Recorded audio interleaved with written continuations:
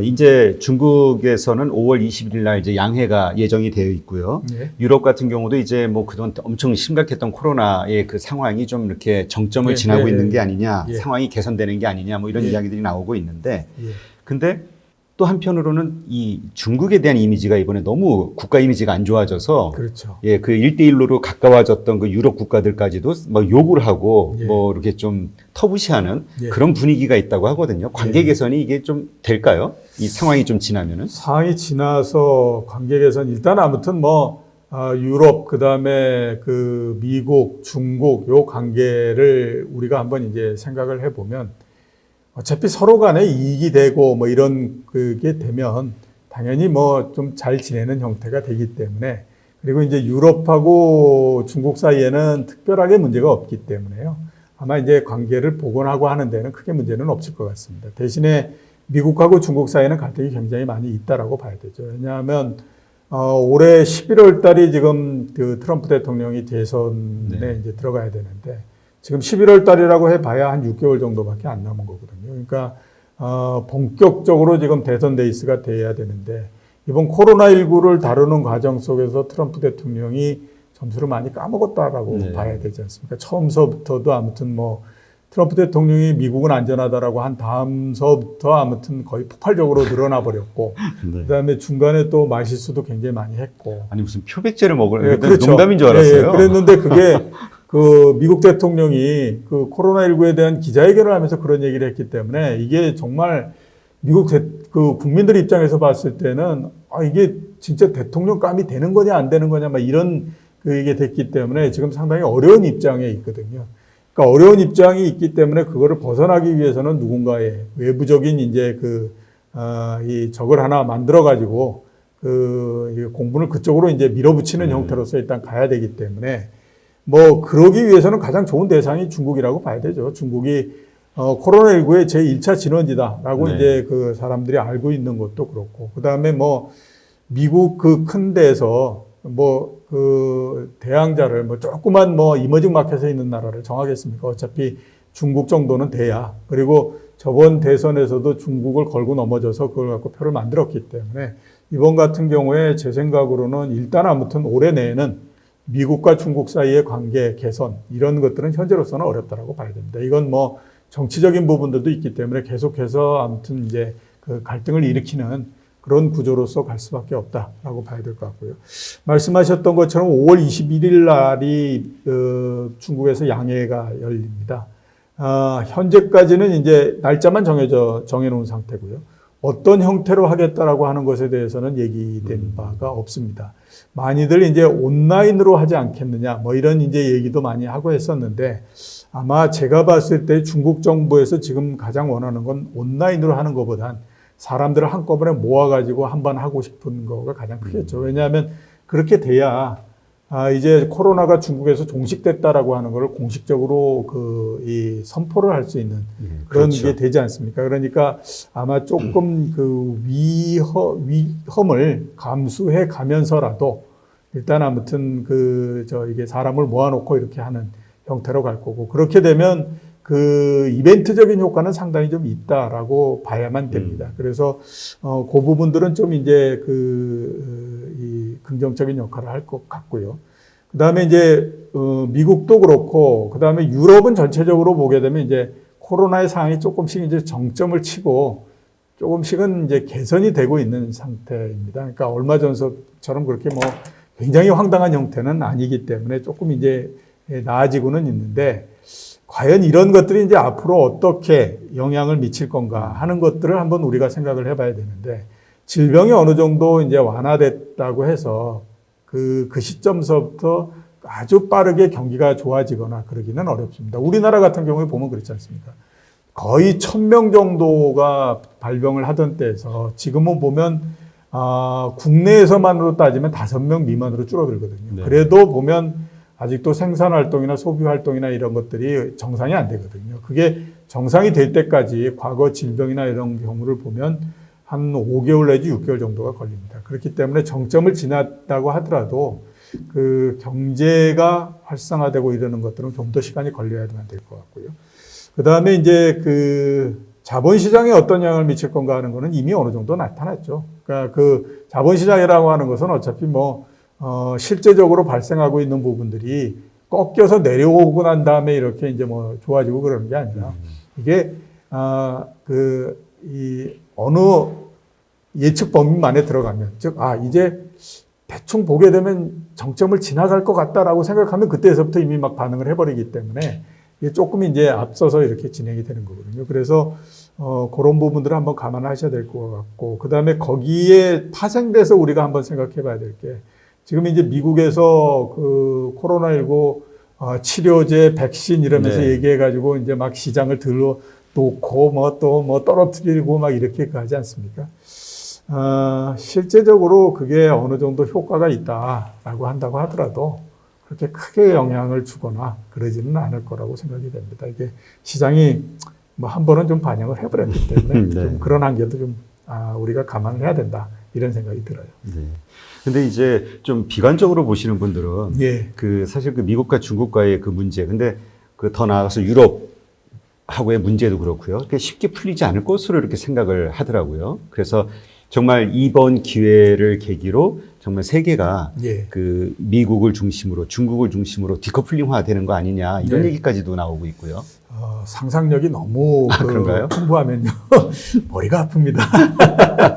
근데 여태까지 보게 되면 자유무역이 계속 되면서 자유무역이 확대가 되고 하는 것이 세계 경제에 플러스가 된다라고 하는 것들이 이미 어느 정도는 많이 공인이 돼 있는 상태지 않습니까? 그러니까 이제 블록을 만들어서 이렇게 하기에는 그 힘 자체를 뒤로 돌려야 되는 건데, 그럴 수 있는 동력이 코로나19가 제시해 준다라고 보기는 어렵죠. 이제 아마 그렇게 보시는 많은 이제 생각이 이게 이제 개방도가 너무 높아지게 되면 질병의 확산이 굉장히 커지고 이렇게 되기 때문에 이게 이제 잘라진다 이렇게 하는데 지금은 이제 중세 때가 아니거든요. 그렇기 때문에 그런 것이 영향을 미칠 가능성은 일단 그렇게 크지 않다라고 봐야 될 것 같고, 그래서 당장에는 보면 이제 아까 말씀드렸던 것처럼 이제 정치적인 부분 이런 것 때문에 서로 간의 갈등이 일어나고 하지만 내년 정도서부터는 그거보다는 이제 올해에 눌려 있었던 무역에 관한 부분 이런 것들이 오히려 이제 활성화되면서 조금 더 올해보다는 개방이 되는 형태 그렇게 진행이 될 가능성이 높기 때문에 서로 간의 블록이 만들어진다든가 이럴 가능성은 그렇게 많지 않다라고 봐야 되겠죠. 네. 그러면 지금 가시화되고 있는 것처럼 막 뉴스는 나오던데 예. 이번 기회에 밸류 체인이 바뀌어진다 이런 식으로 나오잖아요. 예. 그래서 탈중국을 한다. 예. 원가하고 상관없이 예. 자체 어떤 제조업들을 키워야 된다. 이런 얘기들이 나오면서 지금 분위기는 탈중국이 아주 기정사실화된 것처럼 지금 흘러가고 있거든요. 예. 그거는 쉽지가 않은 일이죠. 왜냐하면 밸류체인이 바뀌기 위해서는 다른 어떤 것보다도 새로 구축한 밸류체인이 지금에 있는 밸류체인보다도 훨씬 더 많은 이익을 가져다 준다라고 하는 판단이 들어야만 밸류체인에 대한 교체가 있는 거거든요. 그러니까 이제 이번 같은 경우가 발생을 했으니 이런 것에 대비해서 뭘 하자 이렇게 이제 얘기를 할 수도 있는데, 그러면서 생기는 비용이 훨씬 더 많이 든다라고 했을 때는 그게 이루어지기가 어려운 거죠. 왜냐하면 코로나19나 이런 부분들은 물론 이제 바이러스가 얼마나 창궐을 하고 또 다른 바이러스가 어떻게 되고 할지는 모르지만 그거 하나를 대비하기 위해서 어차피 밸류체인을 구축을 하고 하는 것들은 각 기업들이 하는 건데, 기업들이 이런 우연하고 그다음에 비정규적인 상황이 발생하는 거에 대비해서 본인들이 그만큼 더 많은 비용을 지불해 가면서 이렇게 한다라고 하는 거는 기업들 입장에서 판단했을 때는 그건 별로 그렇게 맞는 얘기는 아니다라고 봐야 되거든요. 그렇기 때문에 이게 밸류체인을 여기에서 조정을 하거나 그러기는 어렵습니다. 만약에 조정이 된다라고 하면 중국의 이익으로 해서 이렇게 구축해 놨던 밸류체인이 그 중에 일부가 동남아로 이렇게 이제 또 옮겨가고 하는 거는 나오겠죠. 근데 그거는 질병이나 이런 것들이 무서워서가 아니라 이쪽 동남아로 가는 밸류체인의 비용이 훨씬 더 적게 들기 때문에 그렇게 나오는 거죠. 예. 그렇기 때문에 이제 되는 거거든요. 그 다음에 해외로 나가 있던 기업이 국내로서 들어오는 거, 이것도 그만큼의 페이버가 있기 때문에 그런 게 되는 겁니다. 예를 들어서 보게 되면, 자, 한 10년 전 정도에 일본의 기업들이 동남아에 많이 나갔다가 일본으로 들어오는 형태가 됐었습니다. 그러면 그게 왜 들어올까라고 생각하게 되면요. 나갈 때에 비해서 일본으로서 들어올 때는 모든 비용들이 다 싸진 거죠. 부동산 가격도 굉장히 내려갔고, 그다음에 인건비가 거의 20년 동안 동결되어 있었기 때문에 옛날처럼 그렇게 아주 그 인건비가 비교도 할 수 없을 만큼 굉장히 높아서 이런 것도 가 된 것도 아니고, 그것도 좀 그 약해졌고, 그 다음에 그 엔화도 옛날에 비해서는 그렇게 강세가 좀 약해졌고, 이런 상태에서 일본에 있는 기업들이 말레이시아에 이 그 체인을 만들어서 거기에서 물건을 만들어서 메이드 인 말레이시아로 해서 내보내는, 그러니까 소니가 메이드 인 말레이시아로 해서 내보내는 것에서 받는 거와 소니가 일본 내 기업에서 만들어서 메이드 인 재팬으로 해가지고 나가는 거하고, 거기에서는 확실히 또 가격의 차이가 나는 거거든요. 그걸 서로 비교했을 때, 아, 이게 더 낫다라고 생각하면 들어오는 거고요.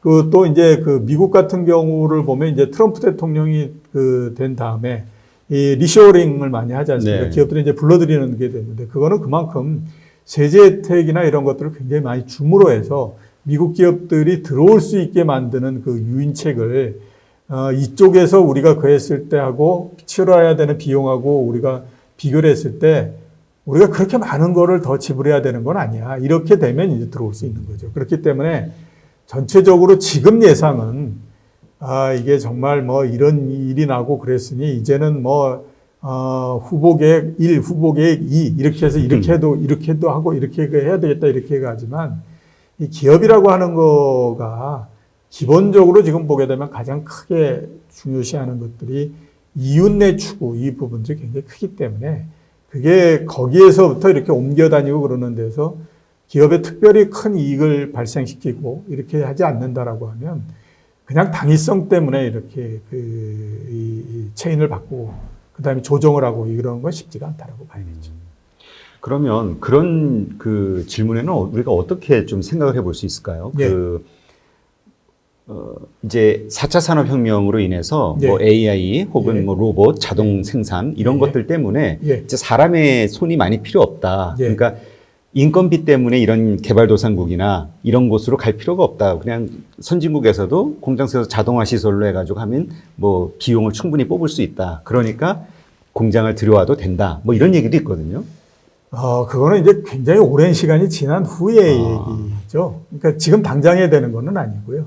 그래서 우리가 이제 경제를 보거나 그다음에 시장을 볼 때에 구분해야 될 건 시간 내 이 그 간격, 이 부분들을 우리가 생각을 해서 해야 되거든요. 물론 이제 나중에 보다 더 많은 발전, 4차 산업혁명과 관련한 많은 발전이 있어서 정말로 무인 그 공장도 만들고 이렇게 되면 물론 그게 가능해질 수 있습니다. 근데 지금 당장에는 그런 수준까지 올라와 있는 건 아니거든요.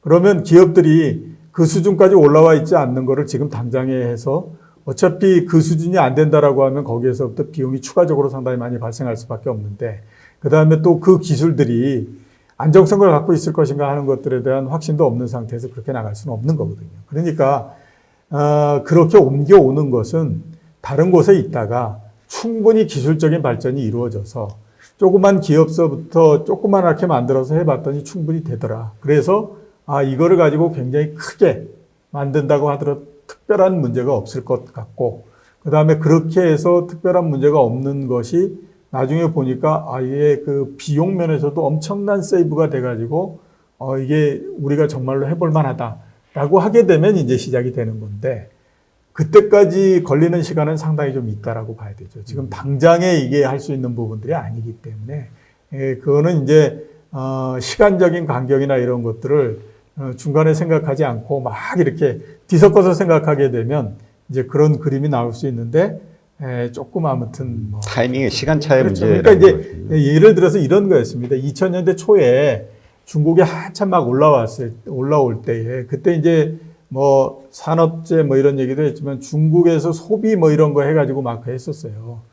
근데 그 당시에 보게 되면 이제 그러면서들 많이 얘기했던 것이 당장에 중국의 소비가 늘어나면서 미국의 소비가 줄어드는 부분들을 커버할 수 있을 거다, 이런 얘기들을 많이 했거든요. 근데 그 당시에는 중국의 소비가 미국의 소비의 20분의 1 정도밖에 안 됐었어요. 그러니까 5, 6년, 10년이 지나면 어느 정도 이제 미국에 비해서 뭐 한 5분의 1 수준 이런 정도 올라와 가지고 이게 이제 이거를 좀 교체할 수 있고 그런 게 된다고 하더라도 당장의 20분의 1에서는 그거는 어렵다라고 봐야 되는 거거든요. 그러니까 이런 시간상에 들어가는 부분 이런 것들도 모두가 고려를 해야 되는데 지금 말씀하셨던 건 이제 그 부분들을 별로 그렇게 고려를 안 했다. 그러니까 이제 미래 시점에 벌어질 일을 현재로 끌고 그렇죠. 와서 저희가 예. 자꾸 조합을 하는 걸 수도 있겠네요. 예, 그렇죠. 그러면 지금 어쨌건 지금 이제 정점을 좀 지나고 있으니까 많은 사람들이 이제 좀 기대하고 있는 게 왜 보복적 소비라는 말이 어느 날부터 이게 많이 나오더라고요. 그렇죠. 그러면 확 좋아질 수 있을까요? 이제 좀? 그러니까 틀림없이 제가 봤을 때는 보복적 소비는 있고요.